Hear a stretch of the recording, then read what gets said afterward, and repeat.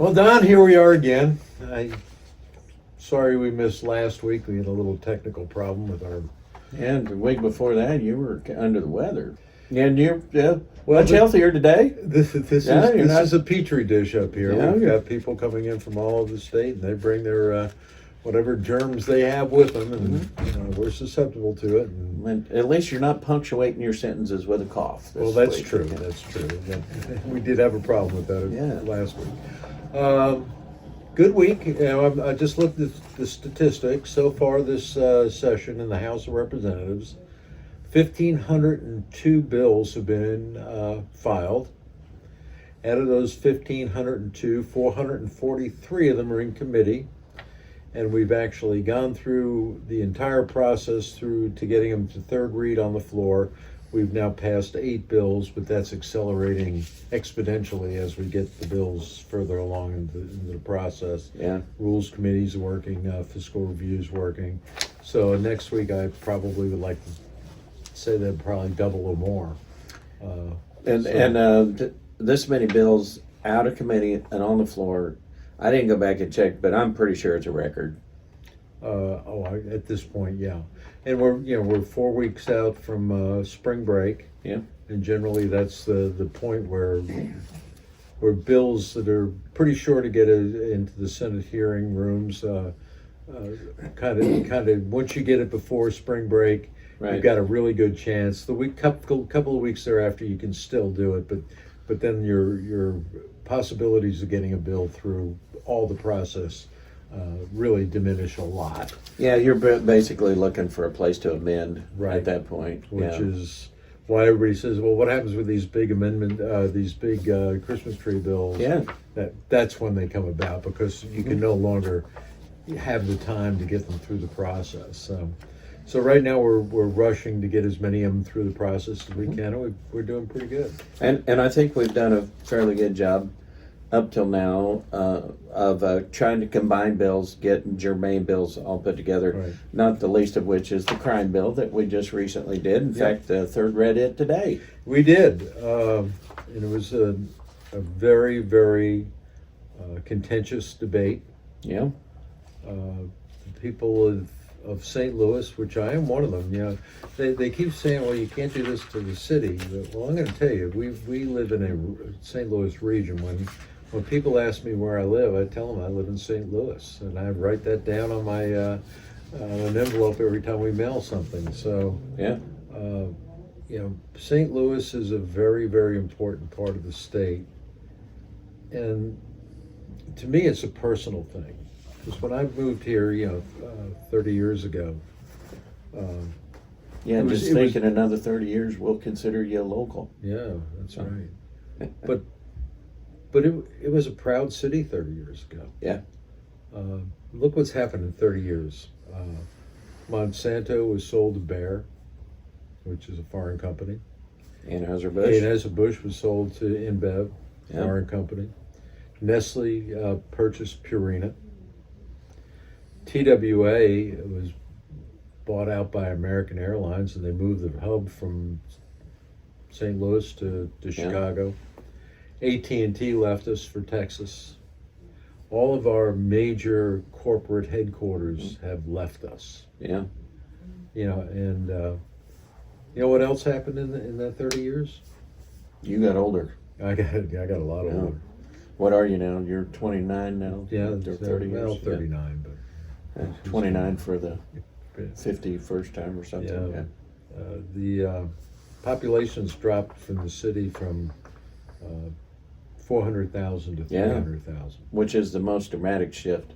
Kansas City hasn't experienced anything like that. No, for instance. they're actually growing. Yeah. And the one thing we hear on the floor every day is, well, you're picking on St. Louis. You're picking on St. Louis. The St. Louis region is a mess. Yeah. And part of the problem is that... And you live there. And I live there. You have firsthand knowledge. I see that even in the county, we have a county executive and a board that just can't seem to get on the same page. They're fighting each other all the time. And then the political situation we have in the city is such that we just won't recognize our problems and do anything about them. We make excuses time and time again. You know, the state doesn't support St. Louis. Well, it does. It supports it as much as it does Kansas City, and it supports as much as it does Springfield or Columbia or Jeff City. But Kansas City's growing. Kansas City, you go down to the light district down there, and it's vibrant. It's just a fun place to be. You know, they got the Chiefs. Well, unfortunately, they got the Royals, but that's a different story. But it's just the perception of what that city is compared to the perception of what St. Louis is dramatically different, and that's the political environment. Yeah, without a doubt. Well, I mean, the crime bill that we passed, I mean, I've got a copy of it right here, several pages long. Like I said, it includes a lot of stuff, but the biggest part of that has to do with the St. Louis Police Department. Taking it over. Yeah. People say, well, what if the state takes it over? The crime's no different than in Kansas City than it is in St. Louis. Well, it might not be any different, but people feel safe when they go to downtown Kansas City. Well, don't forget that, was it 2 years ago when the St. Louis City cut their police budget by 25%? The patrol budget, Yeah, and so, and we got to keep in mind that it used to be run by a commission in years past. That was switched over a few years back, but and I believe that the big difference with the state control isn't necessarily who's on the panel. I think the big difference is our police don't feel that they have the support of the administration. They have a board of aldermen that have defunded them right over the years. Well, and we talked to police officers that retired early or left for other jurisdictions for that exact reason. Exactly.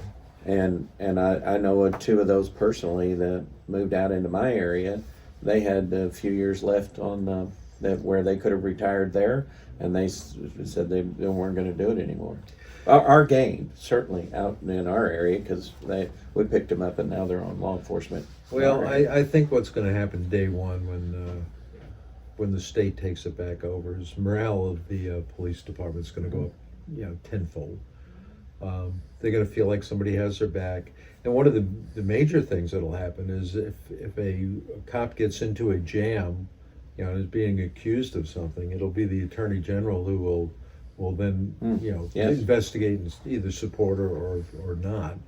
But in the city, the one who would investigate it is the council's attorney, and trust me, they haven't been shown to be good friends of the police. So they really, morale is going to go up for sure.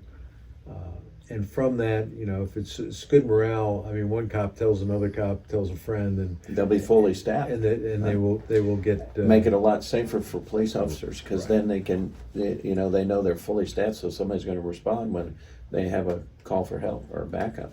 But at some point, there has to be a realization in St. Louis to stop whining about what everybody else isn't doing for you. When I look at the leadership, I'm not the greatest fan of Mayor Lucas in Kansas City, but I tell you what, he is absolutely the best cheerleader for that city, and he has created an image of a great place to come. We have created an image of a great place not to go to. And we have got to do that. And that's political leadership and political will. And we don't have it.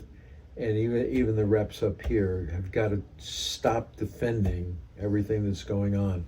When we had the problem with our prosecuting attorney, they defended her to the end.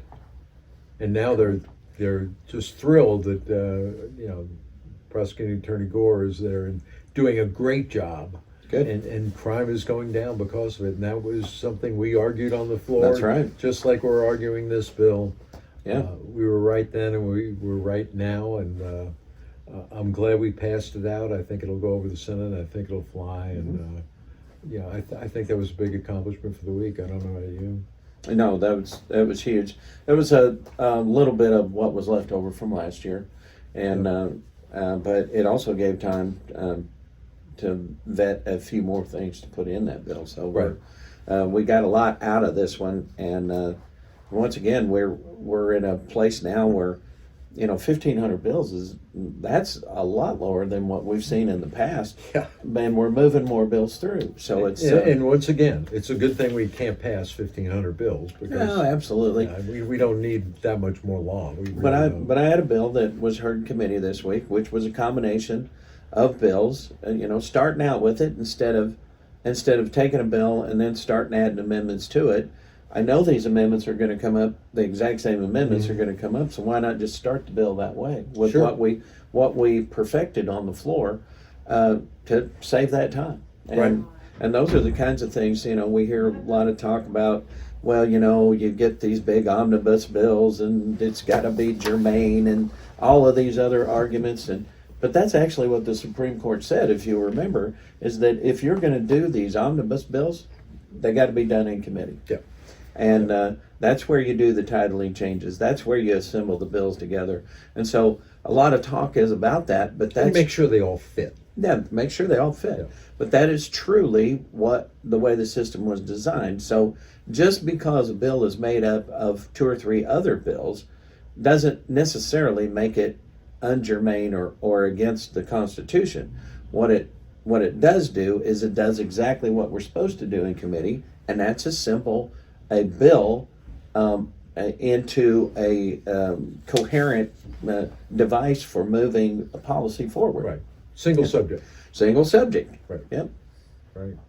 What happened in budget this week? So we got through several more of the departments' presentations of the bills. We had a lot of questions on especially what we call lapse funding. Now, that's a question I ask. I mean, it sounds like a broken record, but truthfully, if you have a $13 million line and the most you've ever spent out of that line is $3 million, then what do you need that additional appropriation authority for? Right. Well, so some folks, they do. Some of the departments have good reason for maintaining federal that money that you need to have the authority there. If you spend it, that you can get a match. True, and there's some other things too. There's changes that can happen in between budget hearings, right? In between what we do an annual budget, as you well know, and so there are things that can happen, and you need to allow for that. But a lot of these that we're looking at are these lapse appropriations that continue on year over year. For 6 years, I've seen some of these lapse appropriations under the same line for 6 years in a row. Now this will be 7 years in a row. And those are areas where we can make a difference. Let's face it, we do a supplemental every year. And Don, let me ask you this, Yeah. because I've heard you in other budget, and I'm not on budget, Yeah. so I don't get in the You're weeds probably as much better as off you that do. way. Well, and next week I think it would be good if you could bring a couple of budget books. Cause Oh, they're yeah. they're Yeah, that's a incredible. good idea. They're this thick, Yeah. and when you put them all together, they stand that high Just- off the floor. yeah, it's So 4 feet tall. what you guys do, I can't applaud you enough for it. But I hear this argument about these lapse, and if we take them out of the budget, do we save any money? So, Or do we just reduce the budget number? Because but I'm more interested in taking real money and not spending it than just moving numbers around. So the danger with lapse appropriation is that when there is an overage on a particular line, then there can always be the excuse, well, I didn't exceed my total budget, right? So it's building. Do we allow that? Sure we do. That's building fluff into the system that's not necessary. We need to do a better job of accounting for the dollars spent, and I think that's what the governor wants to do. It sounds to me like we should prevent that transfer from one line to another, it will. Well, we do that in that supplemental process, Yeah. but rather than using using that as the fluff that we do for bad budgeting, maybe we should do a better job of budgeting. Well, that's true. Now, keep in mind that we are going, at least the people get to take a look at that through the supplemental process. And, what we're going to end up doing with this budget, truthfully, is we're going to bleed out a lot of federal dollars that came into the system through the ARPA, the Gear 1 and Gear 2, and all of those other federal programs. Funds. Yeah, there's the one-time money. Right. And it's going to disappear, and we're going to be patting ourselves on the back about how much we cut the budget. And not that that's not a good thing, Well, right? I was gonna say, it's a good thing. But where we need to start taking a look is at places where we can do actual dollar cuts. Now, some of those places are in the number of employees we've got. Automation has made a huge difference in the number of employees that we need, and that has reduced the total number of folks working for our various departments. However, we've got a couple of departments that want to increase numbers of folks working for the state. Some of those requests are absolutely necessary. Well, some of them you there's- got to ask a question why. Yeah. Especially when it comes to the customer service parts of our. Yes. I know my constituents, and I'm sure yours are very, very upset when they have to wait on the phone for an hour to talk to somebody Yes. about their taxes or their benefits or whatever. And in those areas, I think we either have to automate or bulk up on our employees, because we are the servants of our constituents, and if we're not doing that, then what's the purpose of government? Well, so one place where that actually worked was over at Department of Revenue. And when you and I first came in here, 90% of the constituent calls I got had something to do with the Department of Revenue. And so the past director, Wayne Wallingford, I got to give him a little bit of a shout out here.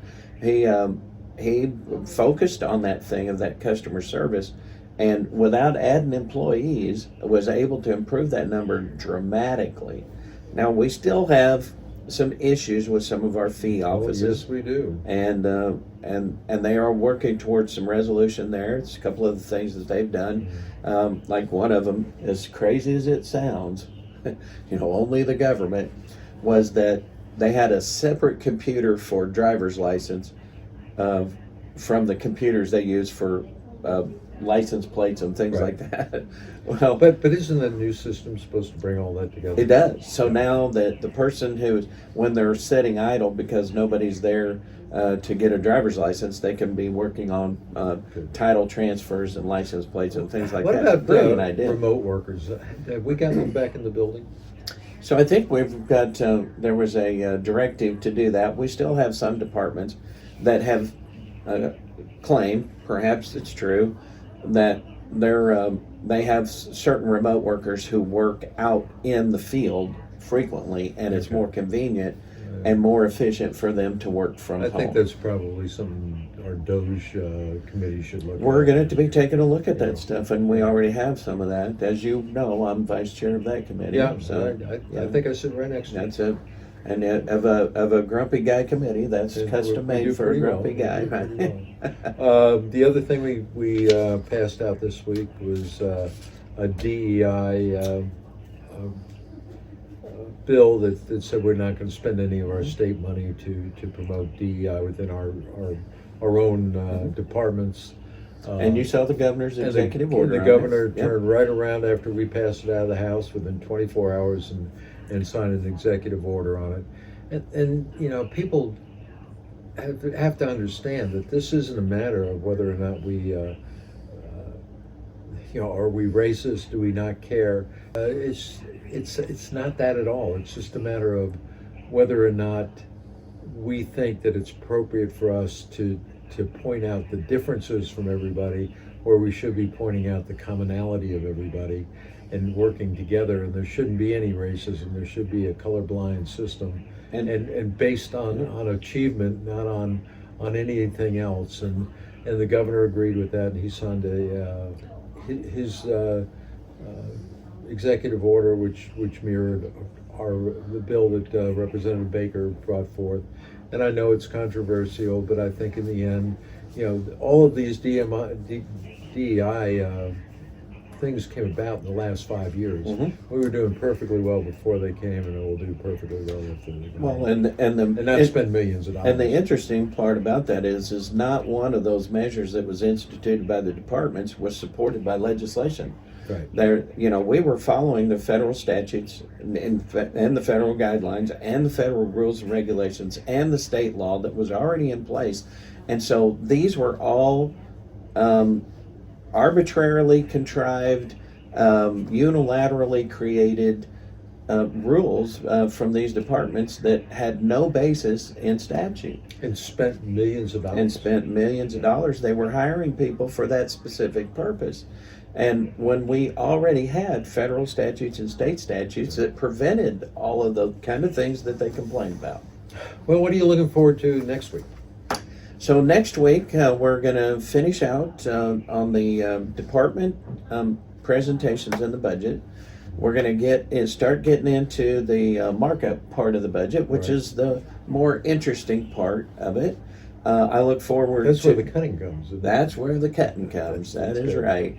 Well, and I look forward to that and working with the budget chair on some of those areas that we had originally talked about, and try to make sure that we pull this. Let's face it, without all the federal money, the budget would be more in that $41 to $42 billion category, Which is a lot more than the 28 it was when we came in. yes, absolutely. That's right. I'm glad you pointed that out. The first budget you and I voted on was about $29 billion. Right. And last year it was $51.5 billion, which was was $1 down. billion. Yeah, lower than the 52.5 prior to that. So we need to bring this in line because, truthfully, we have, since you and I have been here, there has been legislation that's resulted in about $1 billion in brand new GR ask. Some of it not our fault. About $350 million of that, what we call a budget hole. In other words, that's commitments that the state of Missouri has that we've been filling with reserves. Well, we've done about $1 billion of that. Yeah. Our first year, we left $125 million on the bottom line. And even if you consider Missouri grew at a 2% rate, you do that 2% amortization on $125 million, you don't get to $1 billion. No. Now, we've grown since then, and we've had some pretty good And we need to grow revenue more. years. We need to grow And more. we do. And all of the things that Well, we're doing with the corporate tax, et cetera. And the other committee we're both on, because I'm the Yeah. chairman of it, and you sit right next to me on that also, is fiscal review, and that's one of the things that we're going to be looking at this year. Is this new legislation that comes through with big fiscal notes. Yeah. It's going to be up to us to say, whoa. You've got to show that there's a return on this investment, or we're not going to let it go on. And So we've got a lot of opportunities We've got this a lot of year opportunity. to make sure that we're responding to what the voters told us to do. Well, that's great. Yeah. Well, Don, let's go on. Next week we'll talk some more, and thanks for watching. And if you have any questions, please feel free to contact us. Send him the hard questions. Send me the easy ones. That'll be good. Yeah, okay. Have a great day. Thank you. Thank you.